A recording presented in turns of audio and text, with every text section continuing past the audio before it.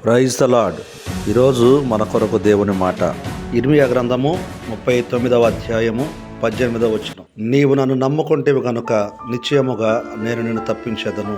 ఈ మాట కూషీయుడు షండు అయిన ఎబెద్మెలెకు గురించి దేవుడు ఇర్మీయా ప్రవక్త ద్వారా రాయించాడు. ఇర్మీయా ప్రవక్తని బురద గోతిలో పడవేసినప్పుడు ఈ సంగతి ఎబెద్మెలెకు విని సిద్కియా రాజు దగ్గరికి వెళ్ళి రాజుతో మాట్లాడుతున్నాడు. అయ్యా, ఈ ప్రజలందరూ ప్రతి విషయంలో కూడా ఇర్మీయా ప్రవక్తకి అన్యాయమే చేశారు.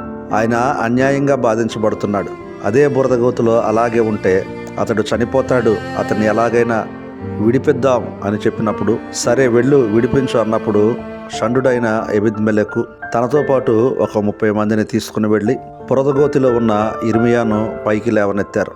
యెరూషలేమంతా పట్టణమంతా నాశనమైపోతున్న దినాలలో ప్రజలందరూ ఇర్మీయా ప్రవక్త మాటలు వినక వారిష్టానుసారంగా వారు జీవిస్తూ ఇర్మీయా చెప్పిన మాటలు కూడా క్రమపడక దేవుని ప్రవక్తగా ఉన్న ఇర్మీయాను దూషిస్తూ బాధిస్తూ వారి ఇష్టం వచ్చినట్టు జీవిస్తున్న దినాలలో ఒకే ఒక్కడు ఆ షండుడైన ఇథియోపియుడు కూషీయుడైన మరి ఎబెద్మెలెకు ఇర్మీయా పక్షాన నిలబడి అతని గురించి రాజుతో మాట్లాడి ఆ ప్రవక్త బ్రతకాలి, ఆ ప్రవక్త ఉండాలి అని ఆశించినవాడు ధైర్యముగా రాజు దగ్గరికి వెళ్ళి మాట్లాడాడు.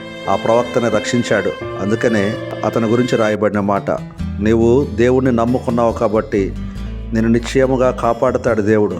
కత్తివాత ప్రజలందరూ హతమవుతూ ఉండగా దోపుడు సొమ్ము దొరికినట్లుగా నీ ప్రాణము నీకు దొరుకుతుంది అని చెప్పాడు. ఒక షండు దేవుని ప్రవక్తను కాపాడటానికి ధైర్యం చేశాడో, శ్రమలలో యుద్ధాలలో దేవుడు ఆ వ్యక్తిని కాపాడాడు.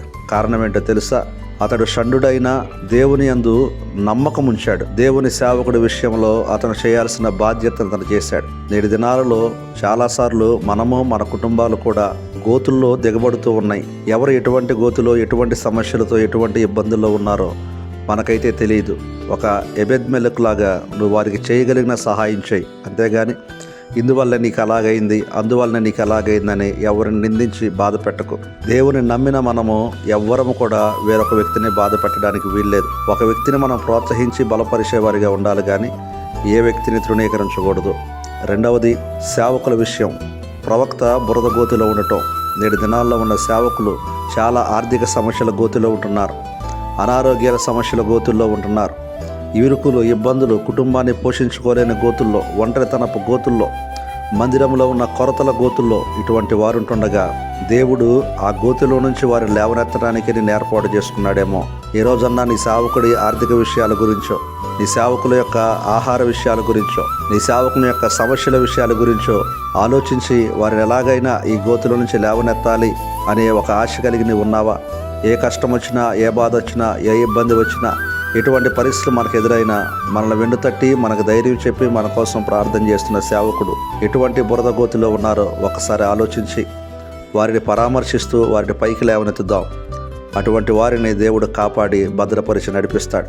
నపుంసకుడు వలె, షండు వలె మన జీవితాలు ఉండొచ్చు, కానీ ఎబెద్మెలెకు తన స్థితిని తాను గమనించలేదు. కానీ నా స్థితి ఏంటి, నా పరిస్థితి ఏంటి అనుకోలేదు. కానీ తనకున్న అవకాశాలను సద్వినియోగం చేసుకుంటూ ఇర్మీయాను కాపాడాడు.